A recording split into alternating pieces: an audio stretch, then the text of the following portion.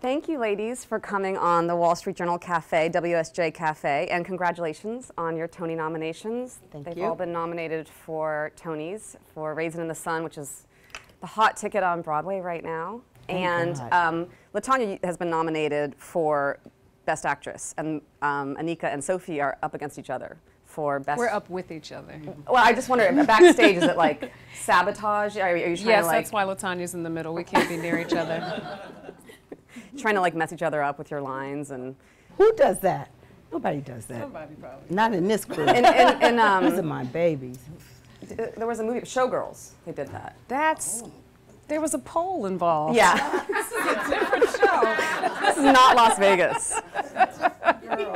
I think we felt really lucky and happy for each other that we're all taking the journey together, actually, which is a lovely feeling to have, as opposed to being like, let me see how I can,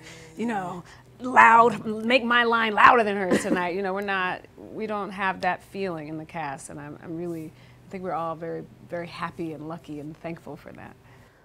It's always struck me as a little odd to have an award for this art form, for any art form really, but I know, all of them do it. But I wanted to ask you, Anika, because you won for Caroline or Change. How does it affect your actual career, winning a Tony Award? Like, what happens the next day, or does it at all? I really don't know. I know it gets a lot of press in the minute, but then I'm not sure.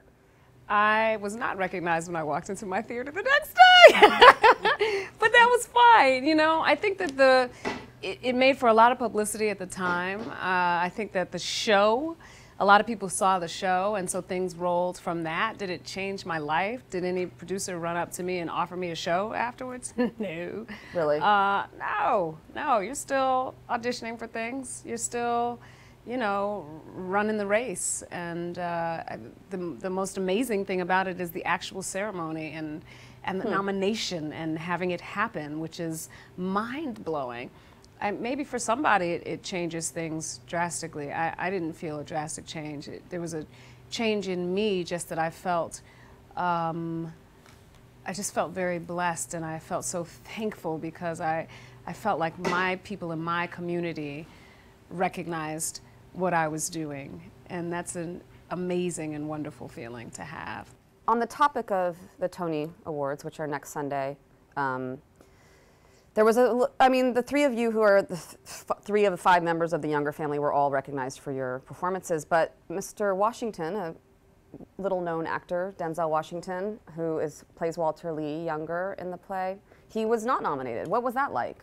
What was that like the next day going into the It would have been perfect theater? If it had been all of us. It would have been that would have been the perfect result, because it's such an ensemble and he's brilliant in it. I don't know how it's chosen anyway, but he's brilliant in it, so it would have been perfect. But just the way it goes, though, sometimes. It could have been either. It's just one of the way it goes. It's a choice, I think. You make a choice of how you feel. Your body may react a certain way, because I have been very sad about it, and just because I felt that I hate the word snub, and I wish they'd stop using that in print when they say snub. That's not it. It's more of a sense of passed over or something, but snub just seems just a nasty little word. He was left out of a situation which I think he shouldn't have been left out of, and there really was a place to put him. It was different because you don't want to, you're humbled, first of all, in your walk to receive something like that, a nomination. So to go and the next day know that he wasn't was strange for me. It was strange for me because I love him so dearly, and I think his performance warranted it. But so many performances warranted it, and I really think that this whole award thing, I don't know how you ever choose one. I've always said that. How do you choose one? It's great to say, okay, these were the performances that we're going to acknowledge for the year. But even to just choose one, going back to the award, seems a little odd to me. But for him to be left out was very odd for me.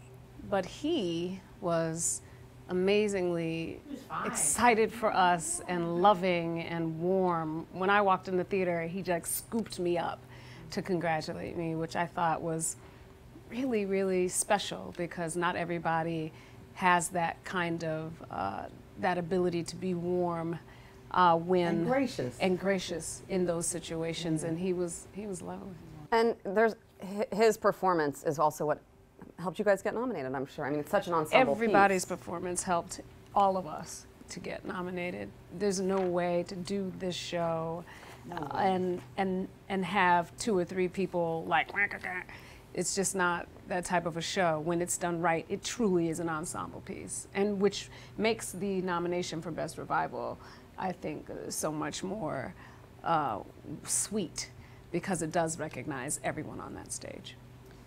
Sophie, I think I read somewhere that you I don't think are as familiar with the play coming from the UK. And when you read it, you said, oh, it's a feminist play, I think. Yeah, it's actually my friend, I was reading with a friend of mine who, he said, oh, this is a really feminist, the guy is a director in London who's a friend of mine, we were reading it together, and he said, this is a very feminist play, and I said, yeah, it is, you know, and so that's where that originally came from.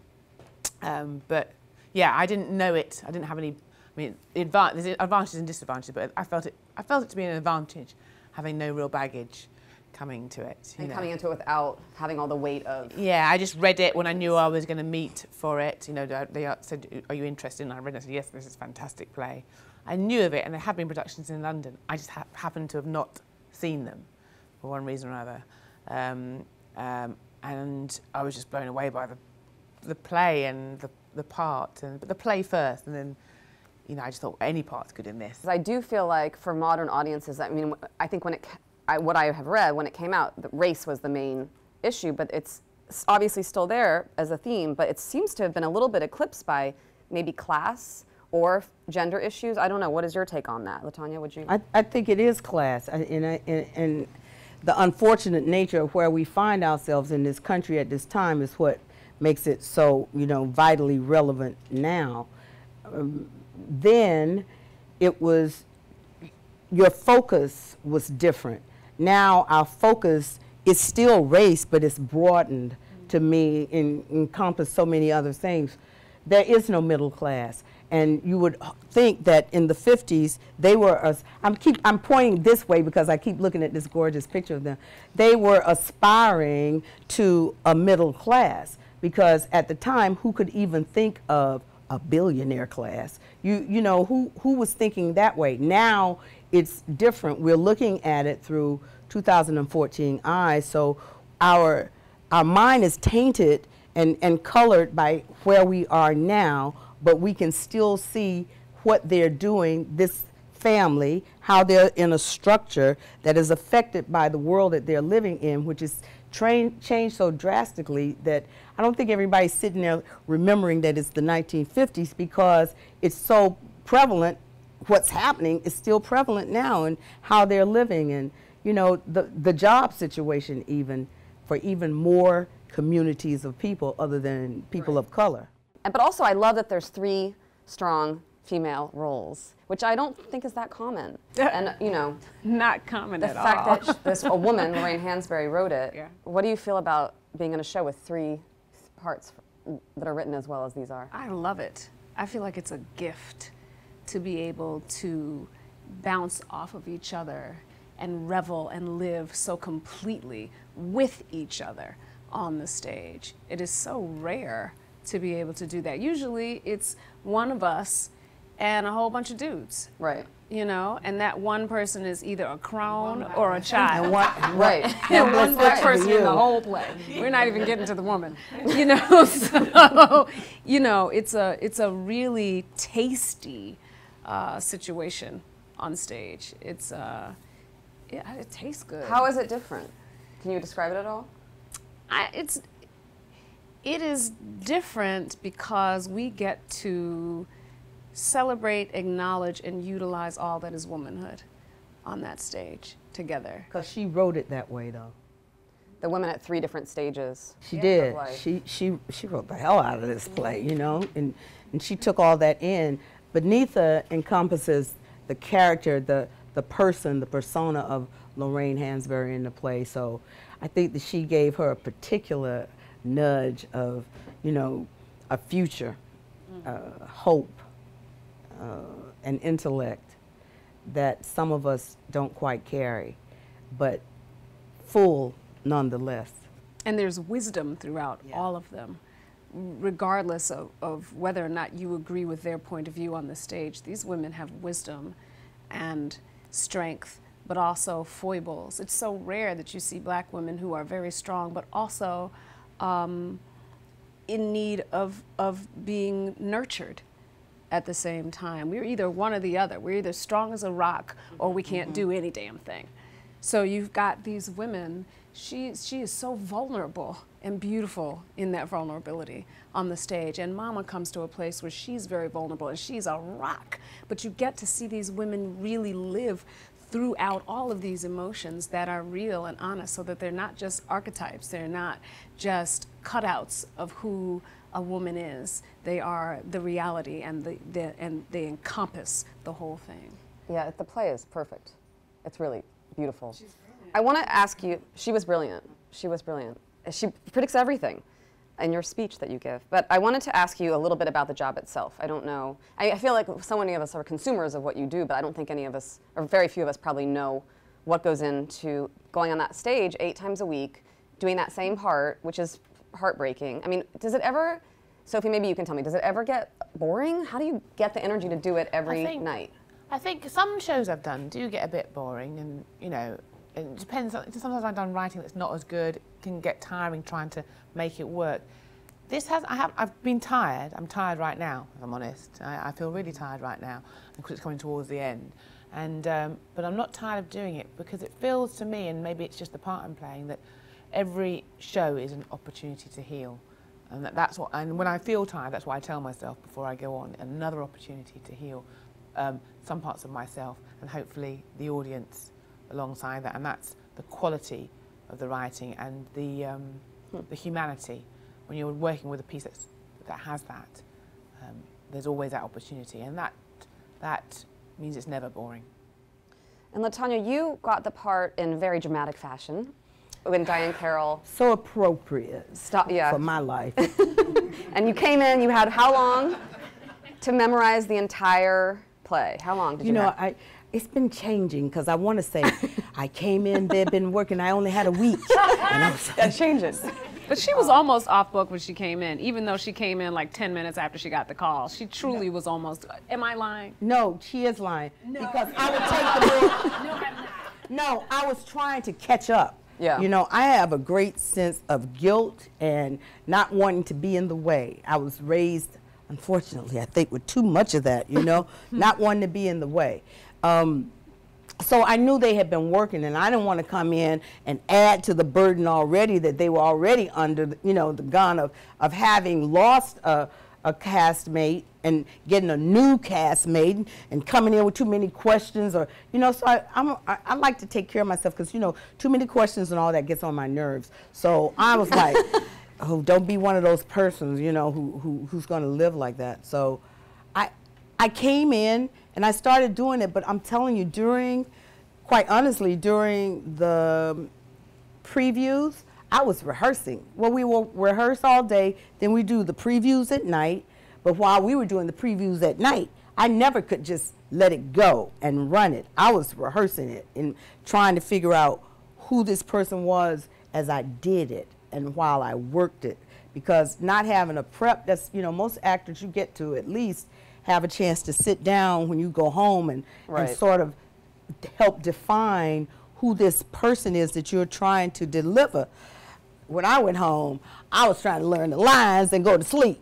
So I was just, you know, crazier than my normal crazy. Did you ever, was there ever a point where you said to yourself, I'm not going to do this, I'm out of here? Well, that's not my personality, that's not who I am. I'm not a defeatist person. I knew I was going to do it, which is why I was so tired, because in my life, let me just say, I do everything. So I'm like, well, let me just see how well I can deliver this for the job, for the moment. But I was also given such a great gift, because it's like Sophie said, you don't always get to work on pieces like this. This is one of the most iconic plays in the canon of American plays. And to get to do it however it came, it's just, manna from heaven for me. It's the best thing that could have happened. I don't even know if I answered your question, but you understood what I was saying, right? I want to ask you one last question before we wrap up. How is it to slap Anika every night across the face? Painful. The worst. How's that for you? It's painful. How do y'all do that? Worst. It's not a fake, it's real.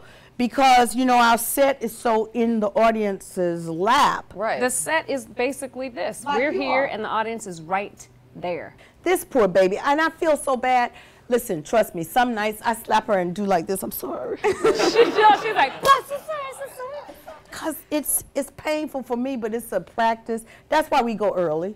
You know, I said fight call. It's called a fight call. You have to go in and put the memory. You know, you do it at a lesser speed and a lesser strength, hopefully, in the fight call. That fight call, waste of time.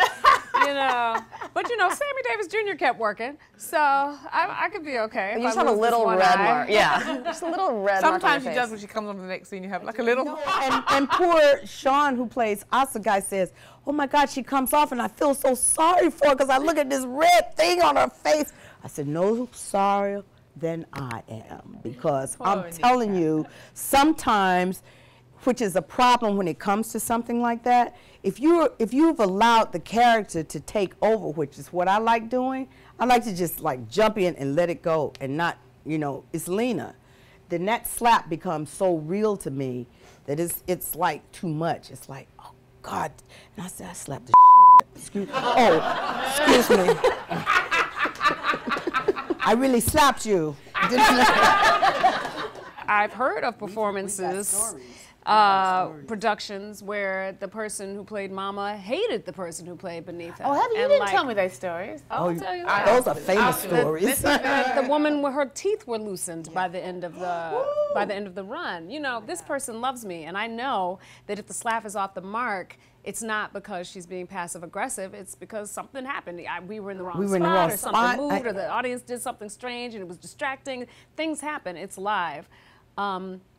You know, and if we were doing this as an open-ended run, we would have to find something else to do at some point because it's crucial.